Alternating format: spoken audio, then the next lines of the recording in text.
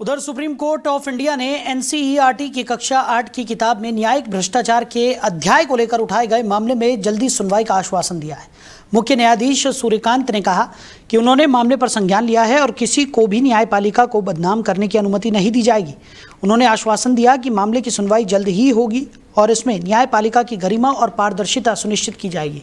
Chief justice ने यह जानकारी तब दी जब सीनियर एडवोकेट कपिल सिब्बल और अभिषेक मनु सिंघवी ने मामले को उनके सामने उठाया। सीजेआई सूर्यकांत ने कहा कि पूरे देश में वकील और जज इस विषय को लेकर चिंतित हैं और न्यायपालिका की प्रतिष्ठा को बनाए रखना उनका प्रमुख कर्तव्य है।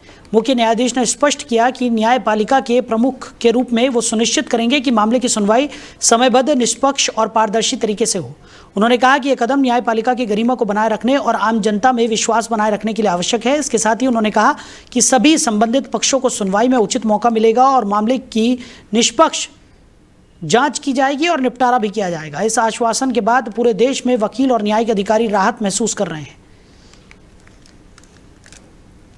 तो इसी खबर पर ज़्यादा चर्चा के लिए हमारे मैनेजिंग एडिटर रमेश ठाकुर जी हमारे साथ जुड़ गए।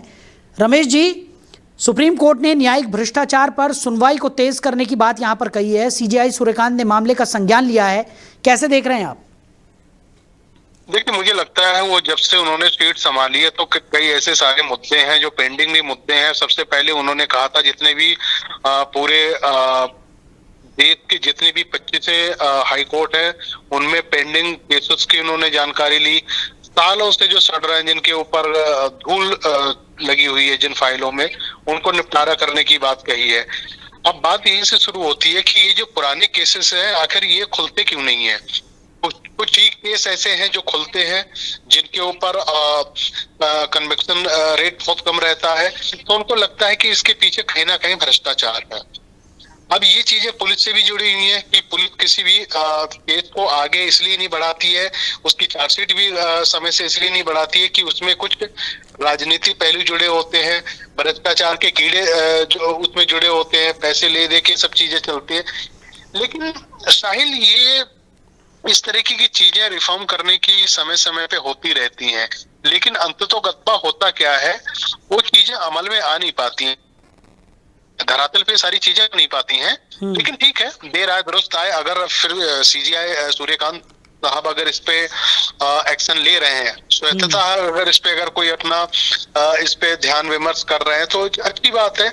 लेकिन ऐसा होना मुझे जहां तक लगता है बहुत कठिन, एक पहाड़ तोड़ने जैसा रहेगा।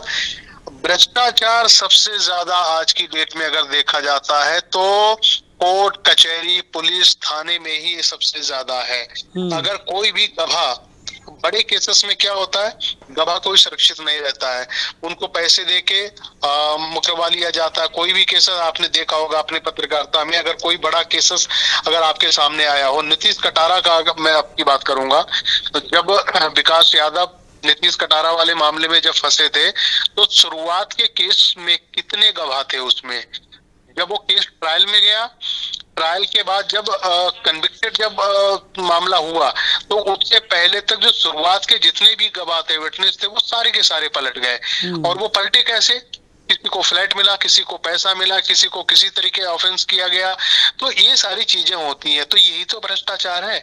इसको अगर सुप्रीम कोर्ट ये कहे कि कोई भी गवाह वो मुकरेगा नहीं, उसकी रक्षा सुरक्षा अगर सुप्रीम कोर्ट सुनिश्चित करता है तो मुझे लगता है भ्रष्टाचार की पहली जो जड़ है और पहली चोट मुझे लगता है यहीं से मारनी चाहिए। बिल्कुल, और जिस तरीके से सीजेआई सूर्यकांत ने मामले का संज्ञान लिया है, जल्द सुनवाई का आश्वासन भी यहाँ पर दिया गया है और साथ ही साथ ये भी आश्वासन दिया गया है कि सुनवाई एकदम निष्पक्ष और पारदर्शी होगी। इससे कहीं ना कहीं जो भरोसा है लोगों का वो भी यहाँ पर बढ़ेगा और साथ ही साथ वकील और जजों ने भी अब इस फैसले के बाद राहत की सांस यहाँ पर ली है। देखो, इसमें दो पहलू होते हैं। लीगल रेमेडीज को अगर जो समझता है अच्छी तरीके से, उसमें एक ही होता है, एक दीवानी होता है, एक फौजदारी होता है। क्रिमिनल केसेस में कन्विक्शन रेट ठीक ठाक रहता है, उसमें कोई दो राय नहीं है।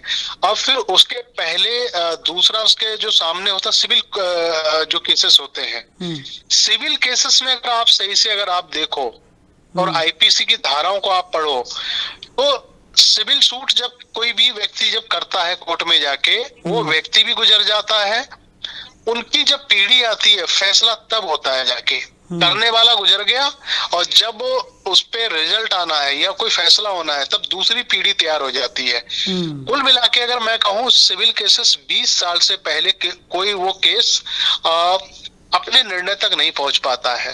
तो ये तो उम्मीद लेके कोई भी जनता कोर्ट के दरवाजे नहीं खटखटाती है। उनको लगता है कि भाई मेरी जमीन कब्जा हुई है, और कब्जा करने वाला सामने कौन है, दबंग किस्म का है या पॉलिटिक्स से कोई बंदा जुड़ा हुआ है, उससे छुड़वाने के लिए तो कोर्ट का ही तो सहारा लेगा। अब कोर्ट जब उसको सिविल में डाल देती है, और सिविल के केसेस जो हमारे यहाँ है, मैं जहां तक समझता हूँ 20% लोग ऐसे होते हैं सिविल के नाम से घर पे आ जाते हैं कि चलो भैया राम भरोसे छोड़ दिया, भगवान भरोसे छोड़ दिया, जो होगा सो होगा, लेकिन सिविल की लड़ाई हम नहीं लड़ेंगे।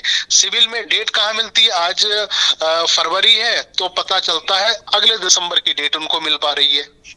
तो इतना तो कोर्ट में नहीं होना चाहिए। वो कहते हैं ना, जो देरी से मिला हुआ न्याय भी अन्याय के बराबर कहा जाता है। ठीक। तो मुझे लगता है ये संज्ञान लिया है सीजीआई साहब ने, तो अच्छी है। चर्चाओं के लिए तो बहुत बढ़िया है, हम चर्चा कर लेते हैं, डिबेट भी कर लेते हैं, और आम जनता के बीच में जब कुछ चाय की चुस्की लेगा तो ये तो जरूर हो जाएगा कि नहीं भाई, नए जो सीजीआई उन्होंने इसको चर्चाओं में बिंदु में तो कम से कम रखा।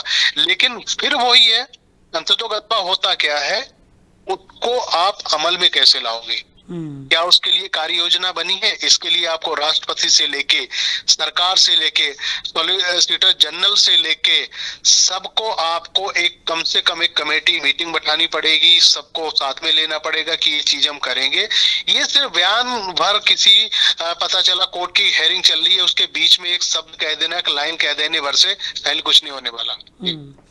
चलिए रमेश जी, हमारे साथ जुड़ने के लिए, इस तमाम चर्चा के लिए आपका बहुत शुक्रिया।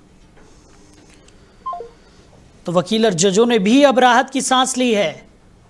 मामले की सुनवाई निष्पक्ष और पारदर्शी होगी, ऐसा आश्वासन सीजीआई सूर्यकांत ने दिया है। सुप्रीम कोर्ट ने न्यायिक भ्रष्टाचार पर सुनवाई तेज कर दी है। सीजीआई सूर्यकांत ने मामले को संज्ञान में लिया है, और अब इस फैसले के बाद से इस पूरे मामले को लेकर पारदर्शिता की उम्मीद यहां पर जताई जा रही है।